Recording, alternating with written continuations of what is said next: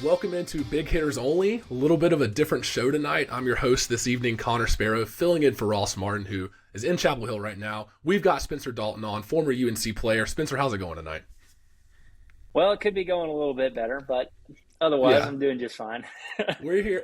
That's fair. We're here 15 minutes after Carolina loses to Alabama. Not really a close game. And if you look at Alabama, they've kind of been a thorn in the side of the Tar Heels the last few years. They beat Carolina 2 years ago in the PK 85, knocked us off in the Sweet 16 last year, beat us tonight, beat Carolina in the recruiting for Jaron Stevenson, and Cliff Omoruyi in the portal. Just been a thorn in Carolina's side the last few years now, and it's kind of turned into a little bit of a rivalry.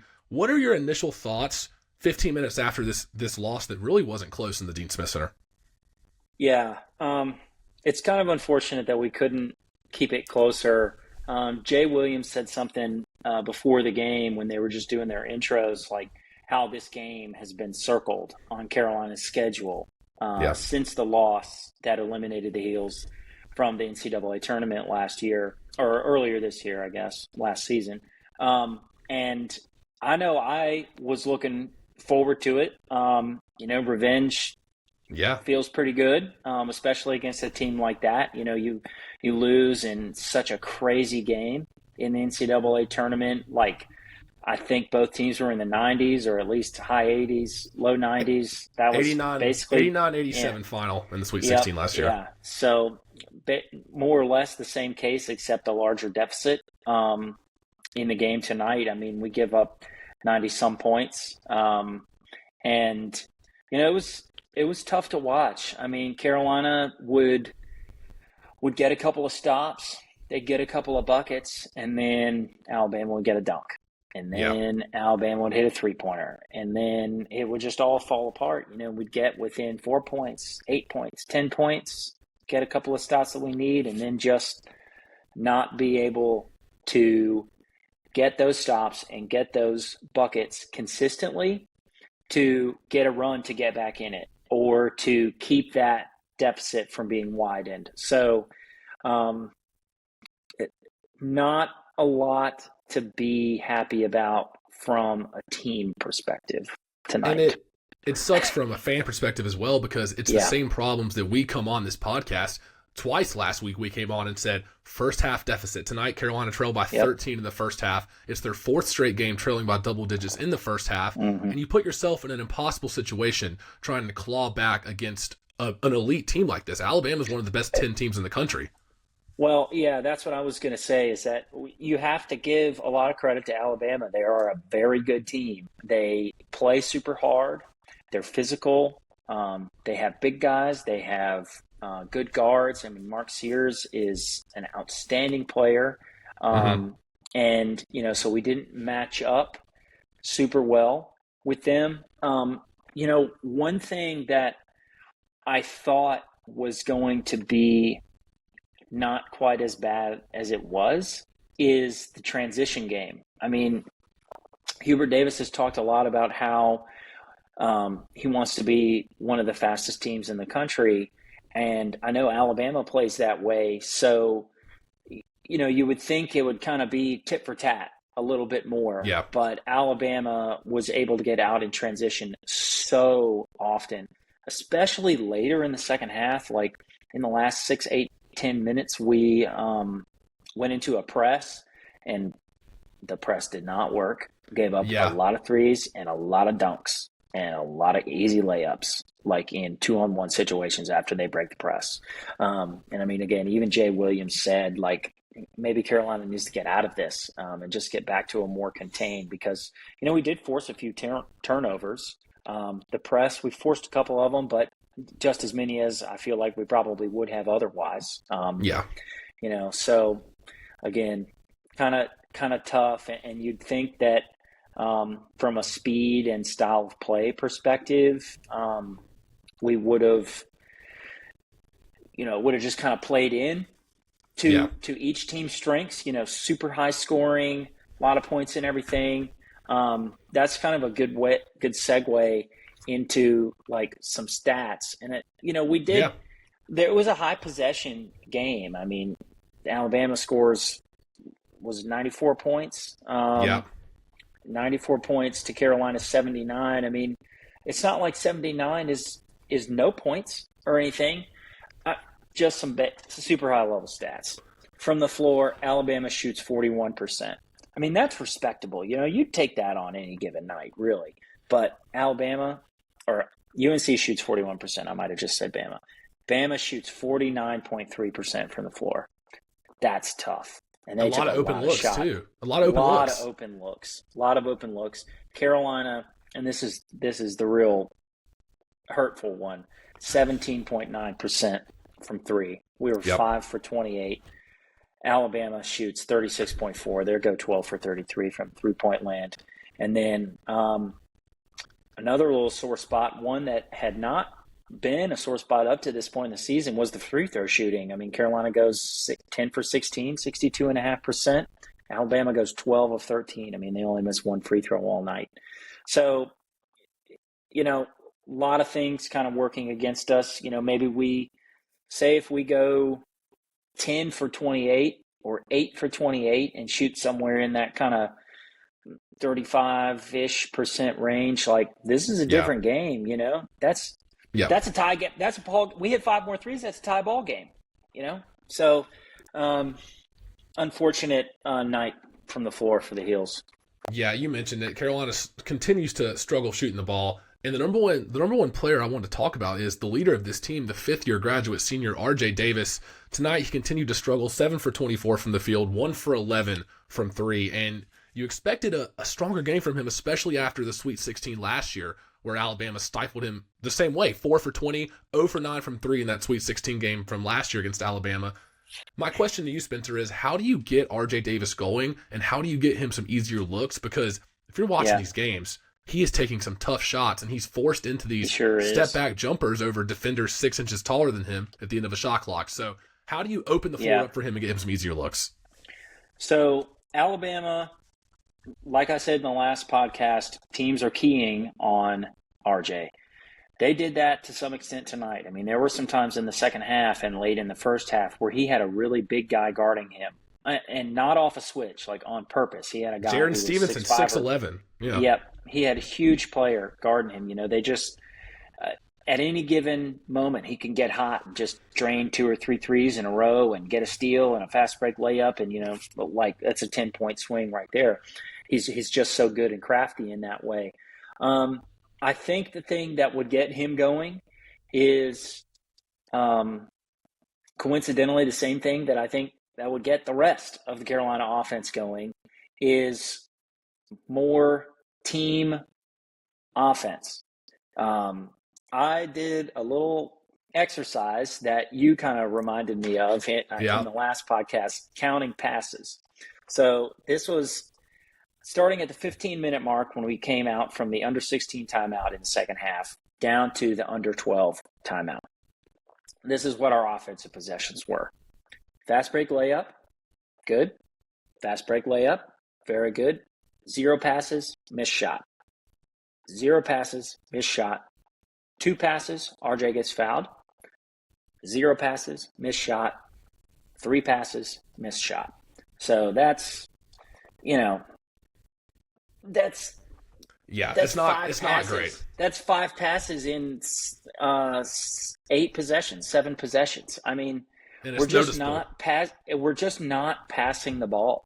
Like Alabama, almost every time down the floor is passing it 3, 4, 5 times. I mean, something that you do in high school practice sometimes is when things get a little AAU-like.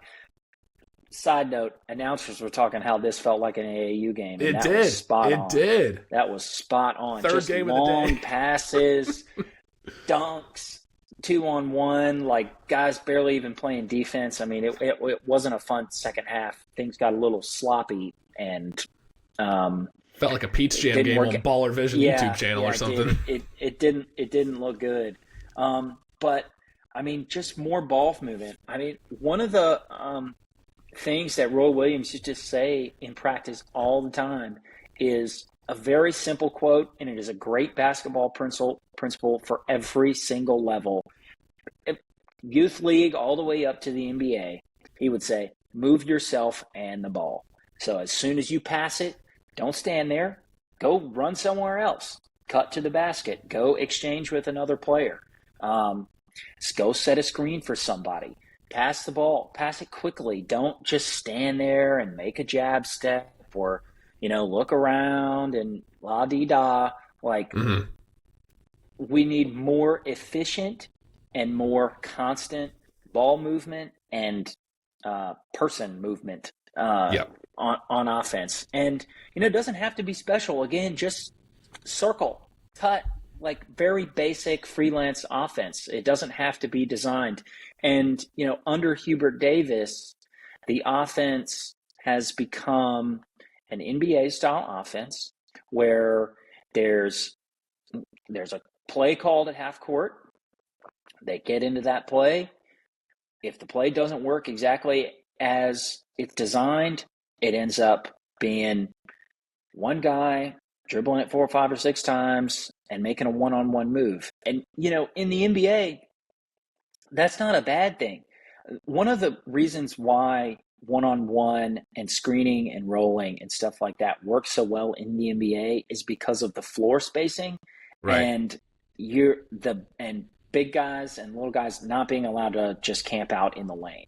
So there's huge cavernous driving and passing and dribbling lanes in the NBA. That is not the case. The three-point line is closer in college. You're allowed to be in the lane to play help defense. And so those driving lanes, those passing lanes are smaller than they are in the NBA. Yeah. And so one-on-one has limited effectiveness just because that court kind of spacing is more condensed. Alabama plays the way that I think Carolina would like to play. But they're efficient with it. They're disciplined with it. They're very efficient. They push the ball in transition, and Carolina did a pretty good job of that. I mean, we had a lot of fast break layups. So, that's a little bit of a bright spot. When we did get out in transition, normally something good happened. I mean, Ian Jackson had a handful of dunks. He's a bright spot. He played really well tonight on the offensive end. So again, the transition was a bright spot tonight, but, it's just not quite enough because the half-court offense we just struggle. We struggle really bad. It's taking, 12 seconds, dribble, fade away. And 12 seconds, 14, 15 seconds on the shot clock, and we take a contested layup. Yeah. And that's the difference in Carolina and the opponents they play. It feels like every team Carolina plays, numerous wide open, standstill threes off of a ball reversal or a swing, or in wide open layups in the paint with no contest. And that is frustrating from a fan perspective as well. Real quick, one thing you mentioned I actually wanted to bounce off of is I had this question written down for you. What would Roy Williams' message be in the locker room after a game like this? When you obviously played under Roy for a couple of years. How would he respond to a game like this where Carolina was clearly dominated and really was the inferior team for 40 minutes? He'd be one of two things, and you'd have to ask him to see. But he would be, I think, on the one hand, he would be almost despondent, like, all right, guys, let's bring it together. We need to have a team heart-to-heart moment here because the way things are going is not good. And we need to have a change of spirit here. We need to have a change of commitment. We need to have a whole change of attitude that is going to spur on a higher level of play. And it could be, again, it wouldn't be an angry type of atmosphere in the locker room. Mm-hmm. One thing that was always kind of interesting to me being in the locker room was the assistants and Coach Williams always had their own kind of flavor on what they would say. Yeah. Often the most emotional person in those locker rooms was Hubert Davis. And, we'd have you can see it on the sidelines. He is a super passionate guy. And that is one of the things that I love about him is because there's nobody that cares more than him. And Roy Williams used to say that. He said, nobody wants to win as much as I do. Nobody cares as much about Carolina basketball as I do. And you want the players to be on that same level. And I'm not saying the players don't care. They do care. They absolutely do. I don't want to even remotely give the impression that I think that no one cares. But again, that Hubert Davis would often be emotional. I mean, he would be on the verge of tears because his whole mindset is that playing Carolina basketball is one of the greatest privileges that there is. Playing basketball in a general sense is a great privilege, but especially playing it in Carolina. And if you're not out there doing every single thing you possibly can as a player and as a team to help better this program and to help win basketball games and do your family proud, do your friends proud, do the fans proud, then you shouldn't be there. And so I have a feeling that Hubert Davis was probably pretty emotional in the locker room tonight. And I said Roy could have possibly been two ways. The other way that he would have been tonight is probably pretty angry. Rightfully so. Some screaming, some yelling. One thing that I always appreciated about him was that he very rarely individually called out players for just about anything. I mean, in practice, if you did something incorrectly, sure, blow the whistle. Here's how you do it right. But after games, personally attacking a player didn't get you anywhere. If anything, guys at this high of a level, they know. Yeah. Right, and they know. Yeah, exactly. They know if they've messed up. They know if they didn't play up to their potential. Everybody knows. So, again, I'm leaning towards he would probably be more on the emotional side and saying, hey, guys, let's come together because we got to figure something out here. And I think Hubert Davis is probably relaying that same message. I think that was a good breakdown. A bright spot I wanted to hit on from tonight, like we already previously mentioned. Ian Jackson, 23 points, 5 rebounds, no turnovers. He was aggressive, getting to the lane, and he's not scared. He is not scared of the moment. He's not scared of the ball. He's not scared to attack the basket. My question for you, and something we can get into a little bit here, how do you find more minutes for him? In a guard-heavy team with R.J. Davis, Elliot Cadeau, Seth Trimble, who you all want to start and give all of them 30-plus minutes, there's only so many minutes in that backcourt to go around, and I feel like Ian Jackson's play as of late has improved so much it's going to lead to some uncomfortable conversations. How would you kind of fit him in these lineups and find some minutes for him? Because it's hard to keep him off the floor when he's producing like this. Well, we saw a change in the starting lineup tonight.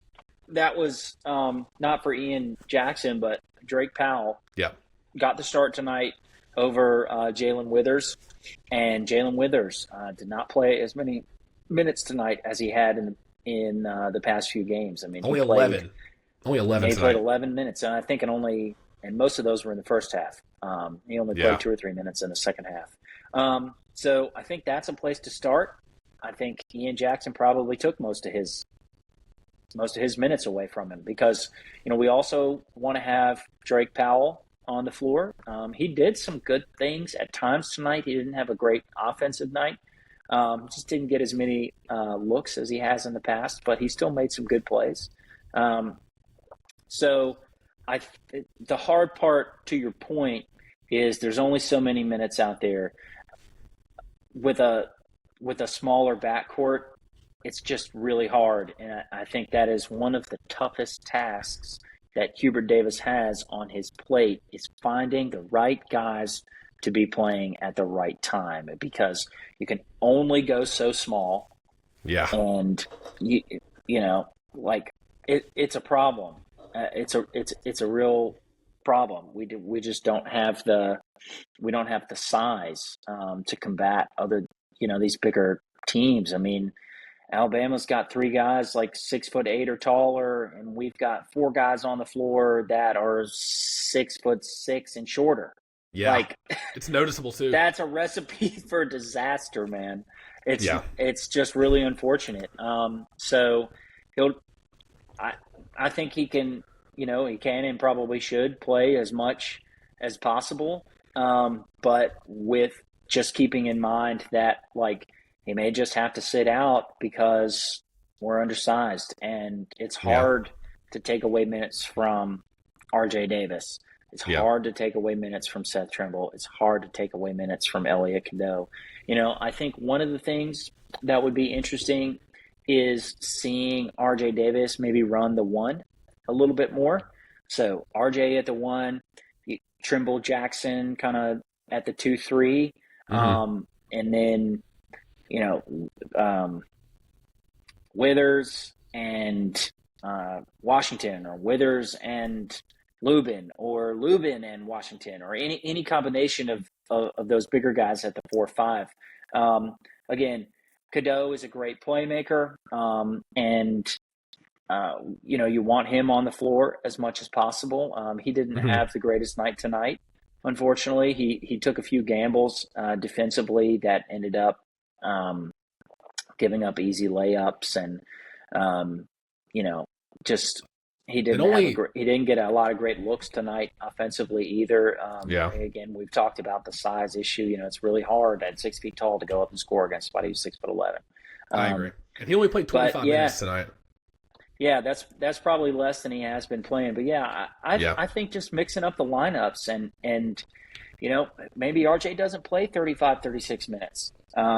Maybe he plays 32 or 33. I mean, could be sacrilegious to say, and I'm not necessarily advocating for that. You better stop. I know. I'm not necessarily advocating for that. I'm just trying to think out loud here about how to get more guys that are taller on the floor and get minutes and touches for our, really good freshman core. Yeah, I'm with you on that. And like I mentioned, Cadeau 25 minutes tonight after playing 35 against Michigan State. He just couldn't find it. He only had 1 point, 4 turnovers, a couple lazy passes, which is uncharacteristic for him. But the only other question I had about lineups is Carolina came into tonight averaging 80.1 points per game allowed, which is 331st nationally, and that's before Bama just put up 94 on them. And I think one of the main reasons is rim protection. We have beat to death the center position this year and the front court position on this podcast, but it's worth mentioning Hubert went a little bit of a different direction tonight. Jalen Washington only played 12 minutes. It's his third straight game with 16 or less minutes. Ty Claude, 11 minutes tonight. Vin Allen Lubin, 17 minutes tonight. So you've got 3 guys that are playing about the same amount of minutes at that center spot. Going forward, who showed some promise to tonight? What would you do at that center position? And I feel like at this point, it's just a weekly question we ask on this podcast, but it's going to be a fluid situation. Yeah, definitely fluid situation. I'm going to go back to something I've said before, is that it kind of has to be matchup dependent. It has to be who's playing well versus who's having a not so good night. That's probably the other toughest thing that Hubert's got on his plate is trying to figure out the big guy situation. Yeah. Not so much in terms of like who can be the answer to the questions, but I think I have something that's more a what is the answer to the question. So one thing that I've noticed a lot is the team defense has been a little lackluster, and specifically help side defenders not being in good position to stop drives. So, one of the things, there's that old basic drill in basketball, the shell drill. And the good old shell drill. Everybody knows it who's ever played. And it's just designed to understand proper positioning on the court in reference to where your man is. So it's not a difficult drill. You put 4 guys around the perimeter, and then you get 4 defenders on them. They pass the ball around, and there's no dribbling, there's no driving, there's no shooting, there's nothing like that. And it's all about just being in good on the ball and good off the ball defensive position. So when the ball is on the opposite side of the court, so let's just say here, the ball is on the wing. the guy who's guarding the ball, he's right up in his face. One pass away in Carolina basketball, generally speaking, we deny the passing lane. That is one thing that has carried over from Dean Smith to Roy Williams to Hubert Davis. Hubert Davis has shied away just a little bit from that. It's one thing is it takes a lot of effort to be in the passing lane every single time when you're one pass away. And it can leave some open driving lanes. So, that's no big deal that he's moved away from that a little bit. They still do it, though. They still absolutely play that 22 defense is what it was called. So one pass away, you're in the passing lanes, and then two or more passes away, you are in far help side defense. So, again, if the ball's on one wing and your man is on the opposite wing, or if he's in the opposite corner, you have a foot on the midline of the paint. So not 1 foot in the paint, not just on the edge of the lane. And that's where I'm seeing a lot of guys standing is like if they're two passes away, they're like barely in the lane. Yeah. One thing that Coach Steve Robinson used to yell all the time, I can still hear it rattling in my brain is my nightmares exactly is midline help. And that extra one or two steps into the help side deters rollers from getting the ball. It deters drivers because you're standing right there waiting for them to take a charge. It deters so much. It deters guys cutting across your face into the lane. Just being in better help side defensive position for every single guy on the court, I think would be a really big benefit tonight. I mean, there were so many times where, again, we were just one or two steps too late getting into the help, and maybe we're there to like try to slap the ball away or something like that. But again, too little too late a lot of the time. And we gave up a lot of dunks and a lot of really easy kick out wide open threes tonight because of, poor defensive positioning. So last thing I had for tonight, obviously disappointing result for Carolina tonight, dropping to Bama. It's now their third straight loss. They dropped to 4-4. I know it's December 4th. We're here on Wednesday, December 4th. We are a few months away from the tournament. Way early prediction. How far do you see this team going in March? Is this a second weekend type of team, a team that could surprise some people, or are they trending the wrong direction right now? Just some initial quick thoughts. Well, right now, certainly trending the wrong direction. I think anybody could see that. I like this team. I like just about any Carolina team, That's understandable. Let's have at least a little bit of positivity here, a little bit of sense of humor about this. It can't all be doom and gloom, but not trending in the right direction right now. Some good film work, some good practices. Some maybe we have a players only meeting or something like that, and everybody kind of gets their mind right. They can come on the Big Hitters podcast if they want to and get their mind right on here. Sure, we'll be happy to have them join, and we'll get some inside information. But with the talent, especially if this team gets hot from three, which I think we've got enough guys who could hit three-pointers. Kendo can kind of hit some. Trimble, we talked about him in the last podcast. He was shooting like 50% from three up until tonight. RJ, again, it's only a matter of time. There's no way that this guy can go 30 games in a season, like shooting 20-some% from three or 30% from the field. Like, there's just no way that that's going to happen throughout an entire season. He's too good. He's just having he's had a few tough nights. I think that they could surprise some people through getting hot. I mean, that always helps, getting hot in March. This team has a pretty high ceiling. When you're a run and gun, shut threes type of team, you can upset anybody. I think so too. And I think they could do some things defensively that could give some teams trouble. They could sprinkle in a little zone here and there. I mean, not for 4 or 5 possessions, but one possession 3 or 4 times a game. you get a couple of stops, you get a turnover, you get, a couple extra points, sprinkle in some zone. I mean, they tried some pressing tonight, and to me, it wasn't very effective. Again, I mentioned it earlier, where they broke the press pretty easily. We gave up a lot of layups and dunks and wide open threes. But, they practiced that press a little bit more and throw it at them when teams aren't expecting it. Doubling ball screens could be interesting. Yeah. Switching up the ball screen coverage to a hedge or a flat rather than the drop coverage. The drop coverage was out there tonight, and again, I don't want to be critical of coaching decisions at all, but it wasn't super effective, unfortunately. So they could absolutely surprise some people. I mean, I think making it into the second weekend is very much possible. I mean, anything can happen in March, and when you're the University of North Carolina, I mean, anything can happen as well. That is true. So ACC play is going to be really telling. I mean, the ACC has struggled mightily in this ACC-SEC challenge. So, we'll see how things shake out on a league level once we get into January, February.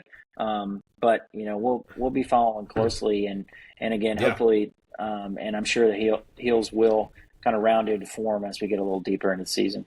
Yeah. So looking ahead, we'll close up here. Carolina plays Georgia Tech this Saturday, LaSalle a week from Saturday, and then a pretty tough undefeated Florida team in about 2 weeks, which will be a major test coming up for them. Yep, down in Charlotte. Yeah, that's going to be a tough one.